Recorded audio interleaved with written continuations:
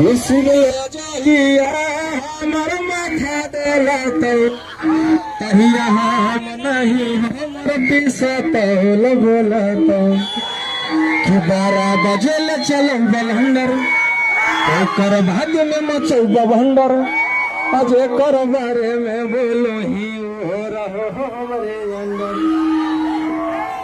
जहिया बोल लेके तहिया कर दे खर्च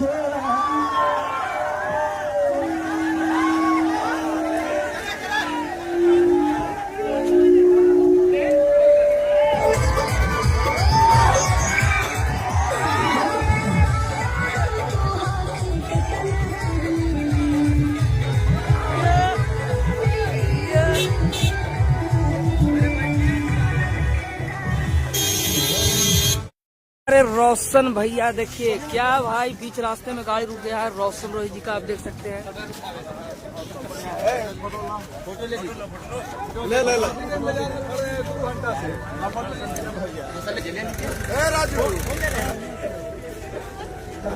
भैया इधर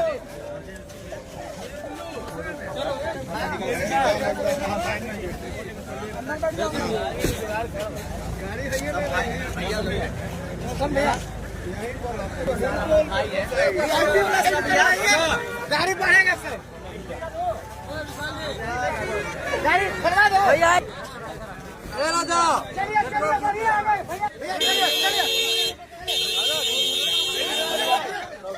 भैया